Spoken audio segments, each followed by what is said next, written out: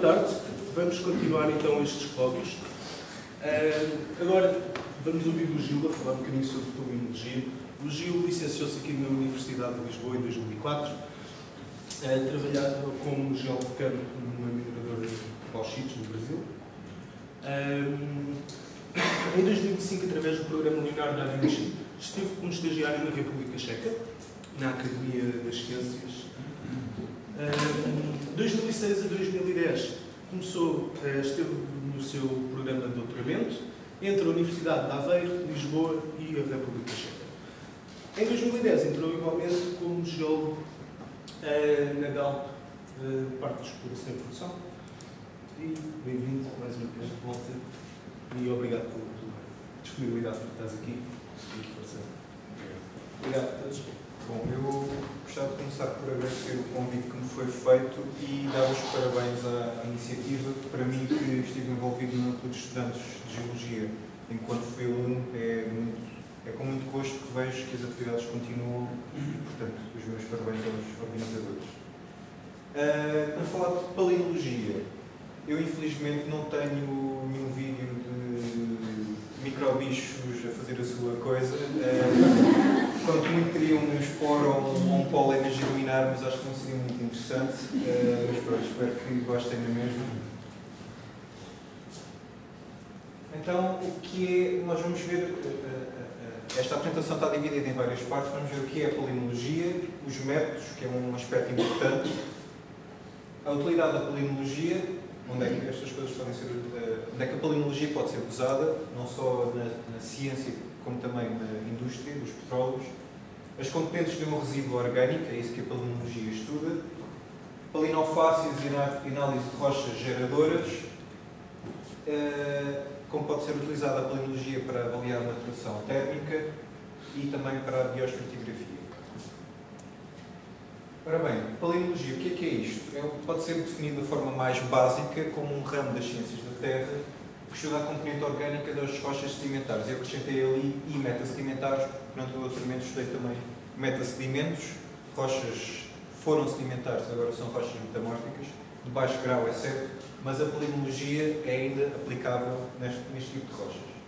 Normalmente estuda-se a fração inferior a 200 micra. A superior a isso já estamos na fronteira com a paleobotânica, já são megasporos e fragmentos vegetais que já se podem observar geralmente a olho nu, ou com uma lupa binocular, que não é exatamente a mesma técnica.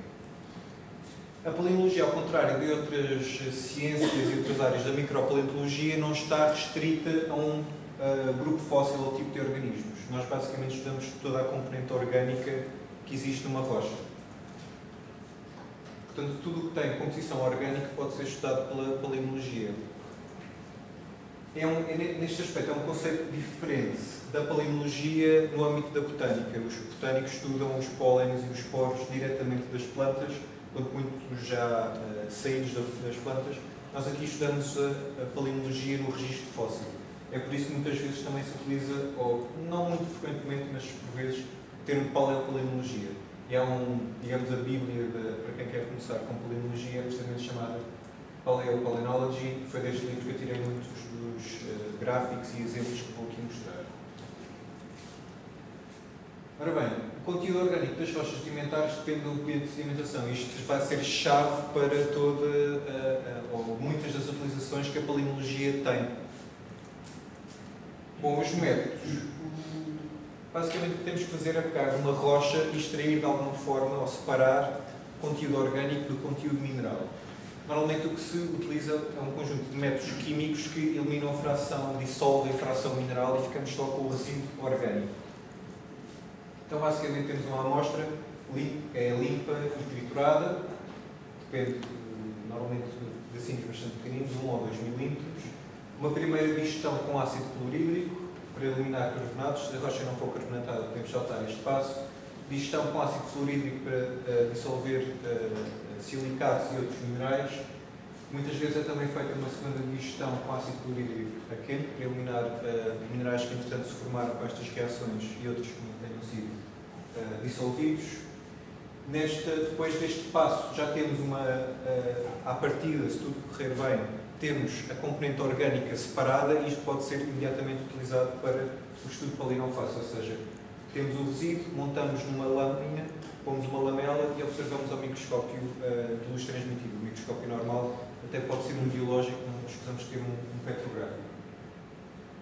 Para estudos de bioestratigrafia, normalmente é preciso ser filtrado 7, 15 ou 20 micra, tiramos a parte mais fina, normalmente são estes detritos todos que não nos interessam, normalmente guardam-se nos frasquinhos e monta-se em lâmina com lamela. E temos um resíduo orgânico filtrado que pode ser observado, normalmente os poros e aquilo que queremos observar está mais concentrado do que numa lâmina mais suja. Bom, a utilidade da polinologia. Há muita coisa que se pode fazer com polinologia. Uma única amostra pode nos dar uma série de informações, pelo menos quando é uma boa amostra. Bioestratigrafia, assim como os ostracodos, os nanoplâncton, os graminíferos, etc., há biozonas definidas por praticamente todo o tempo geológico e para praticamente todas as regiões do globo. Normalmente são utilizados esporos e pólenes e microplâncton de parede orgânica, já vamos ver o que é isto. Podem-se determinar paleoambientes, pode-se fazer as palinofáceis e tipificação de rochas geradoras, também já vamos ver o que é isto. Estimação da maturação térmica. E, ora bem, como é que nós trabalhamos, ou como é que a palinologia é útil? A fonte, ou a origem da componente orgânica é diversa. Aqui numa representação muito simples, as partículas orgânicas são equivalentes a partículas críticas do mesmo tamanho ou ligeiramente maiores, ou seja, em termos de hidrodinamismo, elas são normalmente do tamanho do siluro, mas vão se comportar como se fossem um bocadinho mais leves, porque a densidade é menor. O transporte é fluvial, essencialmente, e marinho, em alguns casos também eólico, pelo menos no caso do pólen, ele também é transportado pelo vento. E a presença e a proporção dos vários componentes dão-nos indicações paleoambientais. Então, por exemplo, aqui há certas espécies que nós já sabemos, de esporos de pólen, que são características de zonas de montanha, outras de zona de pântano ou lacustre, outras de zonas desérticas, fitoclastos, ou seja, porções das próprias plantas que são desagregadas também são transportadas, neste caso todas estas áreas, são transportadas por sistemas fluviais, por uma zona de costa. Na costa temos microplâncton em zonas mais proximais, também ser transportado, e em zonas mais distais, outro tipo de microplâncton. Portanto, os vários tipos, não só grupos fósseis, mas também diferentes morfologias, ocorrem em zonas diferentes dos vários ambientes alimentares e, portanto, olhando só para o conteúdo palinológico de uma amostra, nós podemos ter uma ideia bastante expedita e normalmente bastante eficaz, digamos assim, de determinar um paleoambiente em que aquela rocha foi depositada. Os vários componentes do que pode estar numa amostra palinológica. Ora bem, esporos são talvez a coisa mais frequente, aquilo que se utiliza mais vezes, são produzidos por plantas terrestres, vasculares e não vasculares. As não vasculares foram importantes no início, desde o Ordovícico até ao início do Devónico, e depois as vasculares tornam-se dominantes e produzem muito mais esporos, são muito mais abundantes. Como já disse, tem origem no Ordovícico e logo desde o Ordovícico tem importância estratigráfica, ou seja, começam a aparecer várias espécies sucessivamente que podem ser utilizadas para a bioestratigrafia e tornam-se muito abundantes a partir do Devónico inferior até à atualidade. Portanto, temos desde o Paleozoico até à atualidade, os esporos são úteis em termos de bioestratigrafia. O seu tamanho varia sensivelmente desde os 20 aos 200 micra. Maior que 200 micra normalmente consideram-se megasporos e já são normalmente estudados no âmbito da paleobotânica. Já não tem grande interesse bioestratigráfico. Pólen são também produzidos por plantas terrestres vasculares.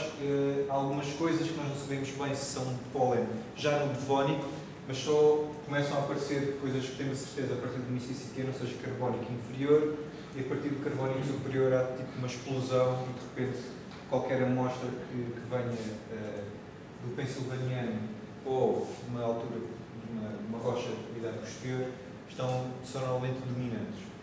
Existem atualmente, provavelmente alguns de vocês são alérgicos, portanto sabem bem que os esporos e os pólenes ainda estão por aí e são muito, muito abundantes.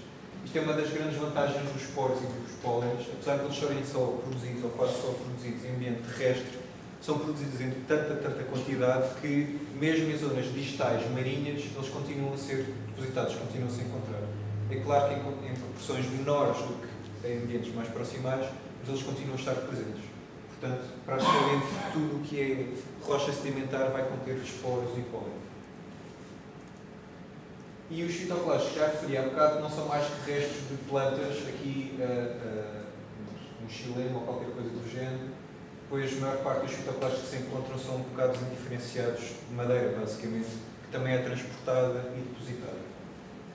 Assim como os esporos têm origem no ordovícico, mas só se tornam abundantes a partir do devónico inferior, quando as plantas vasculares de maior porte começam a colonizar grandes áreas terrestres e, portanto, começam a contribuir com partículas sedimentares para o registro geológico. E claro que existem atualmente, não há limite também, portanto, desde coisas muito pequeninas até troncos inteiros, árvores inteiras. Não têm normalmente utilidade estratigráfica porque estas morfologias não são muito específicas e, portanto, se só tivermos fitoclastos numa amostra, não vamos dizer muita coisa sobre a bioestratigráfica. Palinomorfos marinhos, as acritarcas são as minhas preferidas, têm estas formas engraçadas. Existem desde o pré-câmbrico até e ainda existem atualmente. Foram provavelmente os primeiros produtores primários, ou pelo menos os que se conhecem, os primeiros que se conhecem. Tornam-se tarde a partir do carbónico e chama-se um phytoplankton blackout, um período de tempo ainda bastante longo a partir do período carbónico e só voltam a aparecer alguns no Triássico. Não se sabe muito bem porquê, talvez a composição da parede orgânica tenha mudado de tal forma que não permite a preservação, mas ninguém sabe exatamente o que é que se passou. Porque não há propriamente nenhum grupo que tenha vindo substituir, portanto, há ali um período que não sabe muito bem e também nesse período a bioestratigráfica não é muito bem definida ou quase definida. No entanto, desde o pré-câmbrico até ao fim do devónico, eles são muito, muito úteis em termos bioestratigráficos. Principalmente das primeiras ocorrências, eles depois normalmente têm existem durante bastante tempo no registro, mas as primeiras ocorrências são muito úteis para a bioestratigráfica. Isso também é semelhante ao dos esporos, 15 ou 10 micra até cerca de 200, raramente maiores do que isto. Quitinozoários são uma coisa estranha, alguns deles muito bonitos, bastante maiores, alguns até quase 1 milímetro, alguns dá para ver uma partículazinha olho nu. Apareceram no câmbrico, mas do ordovícico ao devónico são muito abundantes e muito úteis para a bioestratigráfica também. São provavelmente ovos de metazoários, são exclusivamente marinhos, mas ninguém sabe muito bem o que é que eles são, já não existem atualmente. Prasinófitas, isto tem algum interesse estratigráfico, mas o principal interesse das prasinófitas, das marinhas provavelmente não são prasinófitas e botriococcus também não são prasinófitas, de certeza. Mas muitas vezes, quando se ouve falar de algal blooms, aquelas marés vermelhas, por vezes são estas prasinófitas, como são espécies oportunistas, que se envolvem muitíssimo e depois, para os petroleiros, isto que interessa é que haja algal blooms e tudo isso deposite no fundo. Estas algas são muito lipídicas, portanto, têm um forte potencial gerador para petróleo, para óleo. Portanto, quando encontramos isto numa rocha geradora, são boas notícias, quer dizer que ela tem um grande potencial gerador. Também existem desde pré-câmbrico até a atualidade, o tamanho é semelhante aos das acritarcas. Algumas destas coisas, especialmente a botriococcus, também existem em ambiente lacustre, ou seja, podemos ter rochas geradoras em lagos, não estamos restritos ao ambiente marinho. Os dinoflagelados, isto eu nunca vi numa lâmina, porque eles só apareceram no Triássico, eu estudei o Paleozoico, mas basicamente são produtores primários dos mais abundantes que existem ainda hoje. Os tamanhos variam muito, desde coisas muito pequenas até coisas bastante grandes, com 500 micros. Então, para termos uma ideia dos tamanhos, aqui está, a maior parte dos esporos estão nesta gama de valores, embora haja alguns um pouco maiores. O alguns pólenes um pouco mais pequenos. Os nanofósseis que a Ana apresentou estão aqui em baixo, portanto bastante mais pequenos, nas argilas. As acritarcas estão por aqui, semelhantes aos esporos, os prasinófitas também, dinoflagelados um bocadinho maiores, ou mais pequenos até um bocadinho maiores, e os quitinozoários claramente maiores do que o resto das partículas. Acima de 200 micro, normalmente, como no caso dos quitinozoários, não se observa numa lâmina no microscópio de luz transmitida. Utiliza-se uma lupa binocular ou então um microscópio eletrónico de varrimento para serem observados ou pelo menos para serem ilustrados para publicações, etc. Outro aspecto que eu não falei, ou outro componente que eu não falei, esta matéria orgânica amorfa, que costuma ser muito comum em amostras marinhas, algumas lacustres também pode ser bastante abundante, tem uma origem algal ou bacteriana, e pode ser basicamente tudo que já foi ou fitoplasto ou esporo, outra coisa, mas foi deteriorado por ação bacteriana e às vezes algal. Alguma destas tem, as próprias algas produzem este tipo de estrutura, mas muita dela é matéria orgânica com outra origem, transformada por bactérias. A extensão temporal, como já vos disse, é basicamente o registro geológico todo. Um palinólogo, em teoria, pode tirar uma amostra de qualquer idade e dizer com alguma precisão, qual é a idade dessa rocha. Então, os acritarcas começaram ali no pré-câmbrico, que existem até à atualidade, embora não sejam muito comuns atualmente, principalmente os ginoflagelados, e, pelo menos até aqui, ao devónico, são muito úteis bioestratigraficamente. A partir daqui, não tanto, mas também se pode fazer alguma bioestratigrafia. Os quitinozoários são muito úteis enquanto existiram, ou no câmbrico não tanto, mas no ordovícico e até ao final do devónico são extremamente úteis. Dinoflagelados, desde basicamente o Mesozoico e o Cenozoico, são úteis em termos de bioestratigrafia. Os esporos, desde o ordovícico até à atualidade, são muito úteis na bioestratigrafia. E o pólen é a mesma coisa, mas principalmente a partir do carbónico, principalmente do carbónico superior, até à atualidade continua a ter utilidade bioestratigráfica. Portanto, o polinólogo é uma pessoa mesmo fixe que dá uma amostra qualquer e ele diz logo o que é que aquilo é. Não é bem assim, porque uma pessoa tem que especializar em certos períodos, mas em teoria é possível. Bom, para além desta utilidade bioestratigráfica, um palinólogo ou uma análise palinológica também é útil para tipificar rochas geradoras. Quando nós temos enfloramento ou amostras de um poço, podemos utilizar o resíduo palinológico, a mesma amostra, a mesma preparação, para ter uma ideia do que é que essa rocha está a gerar, ou pode ter gerado. Então, estes componentes todos que estivemos a ver, nós sabemos já que têm certos potenciais, ou nenhum potencial gerador. Esporos e pólen e fitoplastos, aliás, esporos e pólen é gerador de óleo, mas não muito. Fitoplastos, gerador de gás, claramente. Depois os zooplastos, quitinozoários, normalmente são inertes. Acritarcas são geradores de óleos. Estas prasinófitas é o que nós queremos encontrar. Prasinófitas e outras algas têm um alto potencial gerador de petróleo, ou seja, são muito lipídicas por natureza, e alguns projetos de biocombustíveis que se utilizam atualmente são precisamente com algas com uma grande componente lipídica. E, portanto, é isto que nós queremos encontrar. E a matéria orgânica amorfa também, à partida, é um bom indicador de gerador de óleo. Para além disto, também tem significado paleoambiental, ou seja, para além de sabermos que esta rocha tem um potencial gerador de gás ou de óleo muito ou pouco, também podemos ter uma ideia do ambiente de sedimentação, precisamente porque sabemos que várias delas são próximos para a proximidade da costa, profundidade, se há condições anormais, temperatura, oxigenação, etc. Portanto, são também úteis neste aspecto.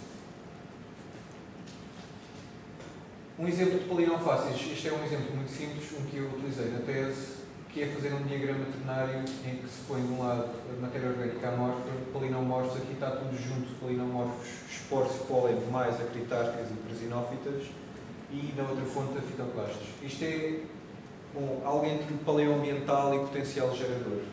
Que sabemos que aqui vai ser gás, aqui à partida vai ser óleo, aqui, aliás, isto aqui vai ser tudo óleo. Hoje, portanto, quantificamos numa lâmina estes vários componentes e neste extremo vamos ter uma amostra quase só, ou praticamente só com matéria orgânica amorfa, neste extremo quase só polinomorfos, neste caso quase só esporos e pólen, quase todas estas partículas que vemos aqui são esporos ou pólen, e no outro extremo fitoclastos, tudo o que encontramos, ou quase tudo, são restos de plantas. É claro que estes extremos quase nunca existem, está quase tudo sempre à luz aqui para o meio. O que eu fiz na minha tese foi basicamente, pelo menos nos metasedimentos, eu não tinha muita informação, não havia muitos cortes disponíveis, mas foi possível definir 4 grandes tipos de amostras oleoidadas, forasniano até o cerco calqueiro, isto é devónico superior e o carbónico inferior, e vê-se que há uma certa variação de uma coisa que é praticamente quase só matéria orgânica amorfa, normalmente único ambiente marinho com baixa oxigenação, para algo mais proximal, já com alguns polinomorfos, que normalmente são esporos, e alguns fitoplastos, à medida que vamos passando dos sedimentos mais antigos para os mais recentes.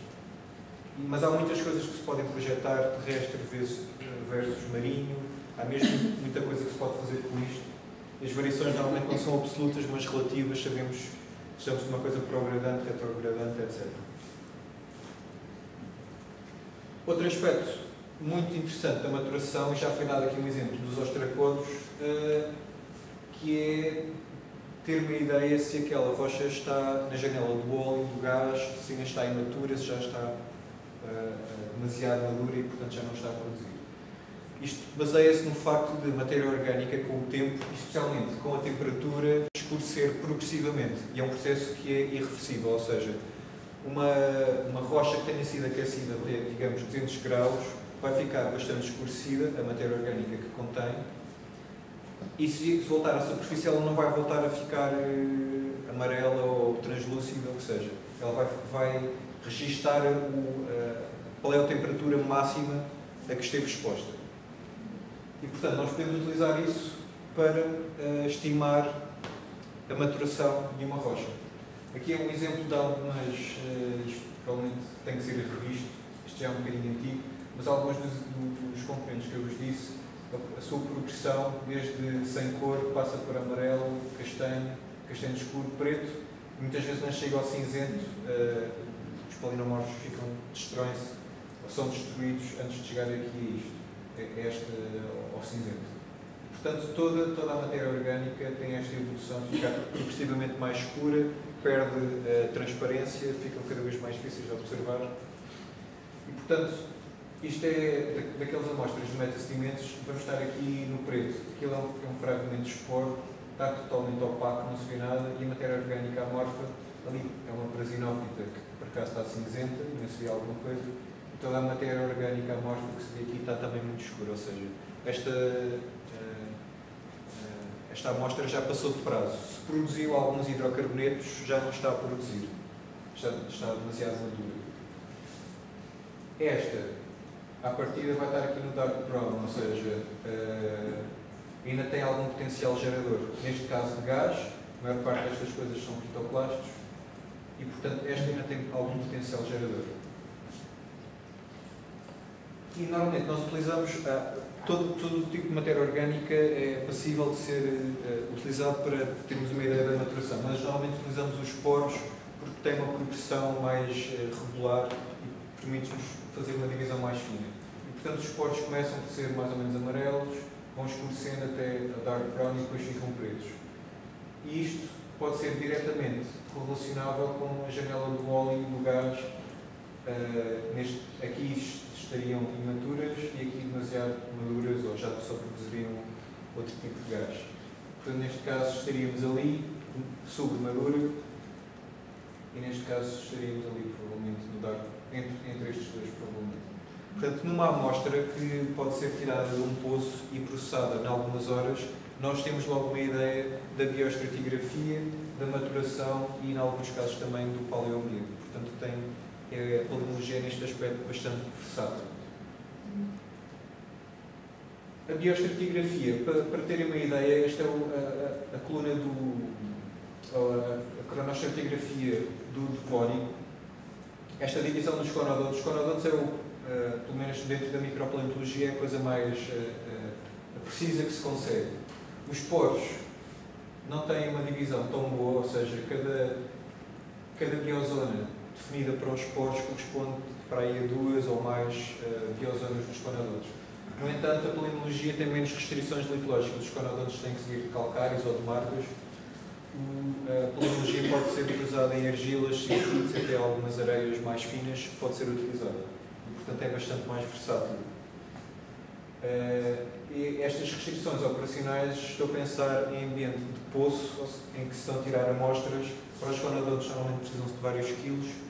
Para a paleontologia, nós precisamos de algumas gramas. E, portanto, basta um bocadinho do cutting ou um bocadinho do core para processarmos a amostra e termos alguma informação. E tem esta vantagem que já referi, não só a bioestratigrafia, mas dão-nos resultados da maturação, dos paleoambientes. Estamos a analisar uma rocha geradora também do potencial gerador. Estas informações, a nível de um campo petrolífero, ou às vezes até a nível de uma bacia, também nos podem ajudar a refinar a estratigrafia. Pela bioestratigrafia nós sabemos mais ou menos onde é que estamos. Mas, por exemplo, nós estamos a analisar uma camada e queremos saber exatamente onde é que estamos. Analisando a palinofácias, muitas vezes podemos saber. Há aquela camadinha que nós sabemos que tem só matéria orgânica amorfa, ou aquela que tem uma concentração muito grande de esporos. E isso muitas vezes pode ser utilizado para correlacionar duas áreas dentro de um campo petrolífero. Bom, e agora um exemplo. Quem é que aqui faz interpretação sísmica ou já fez? Vocês já fizeram. Então, estes dados não são meus, isto é um exemplo hipotético. Mas imaginemos que estamos aqui numa zona com canais, isto é uma linha sísmica, isto aqui parecem ser areias, isto aqui interessa-nos, isto é um reservatório. Então fazemos um furo e descobrimos, está ali de facto, houve uma descoberta. Mas agora queremos saber até onde é que vai este reservatório. Ele vai para onde? Aqui não se vê muito bem. Sabemos que isto é um canal, ele pode continuar até aqui, pode ser isto tudo aqui, mas não sabemos, se calhar há ali outro canal ou qualquer coisa assim. Então o reservatório pode ser isto tudo, ou então, se calhar são dois canais. É isto aqui, depois isto aqui é posterior, e até está a cortar por cima. Como é que nós vamos saber se é o mesmo reservatório? Bioestratigrafia. Exatamente. Então, ali furamos outro poço no outro extremo do campo para saber a extensão, para saber o que é que aquilo é ali. Se é outro reservatório, ou se é o mesmo, isso continua tudo, está tudo ligado. Utilizamos a bioestratigrafia. Neste caso não tem que ser paleontologia, às vezes utiliza-se nanoplâncton, ou às vezes forminíferos, ostracodos por vezes também, mas é praticamente a única ferramenta que nós temos, pelo menos de uma forma expedita, enquanto estamos a furar, podemos saber em poucas horas se isto é tudo mesmo reservatório ou estamos a ver outra coisa. Isto aqui até podia ter uma descoberta, também podia ter óleo, mas nós não sabíamos se era o mesmo óleo dali. E depois, quando fôssemos produzir, podíamos considerar isto tudo sendo um reservatório e afinal não era. Chegámos a, passado 5 anos, já não há óleo. Porquê? Porque afinal são dois reservatórios separados. Portanto, a bioestratigrafia é extremamente útil para nos dizer, caracterizar reservatórios entre outras utilidades. Isto é só um exemplo. E pronto, era isto que tinha para vos dizer. Muito obrigado.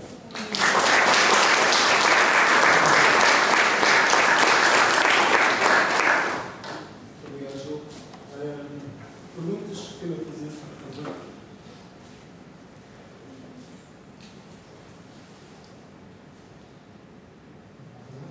Perguntas? Não?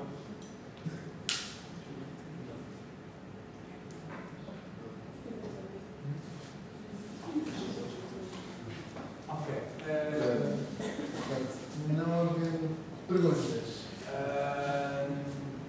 Quero agradecer à presença de todos, como é óbvio, neste colóquio e todos os colóquios que têm ocorrido nestes meses.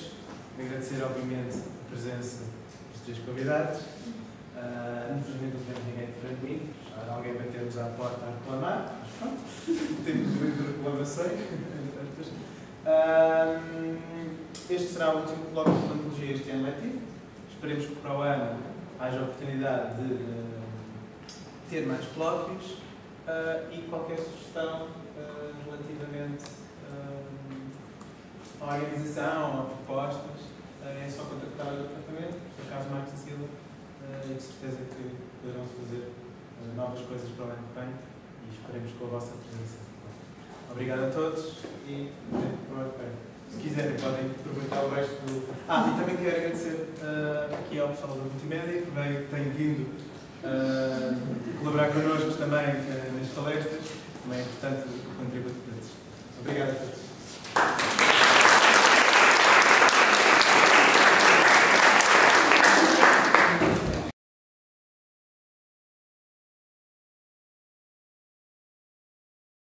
You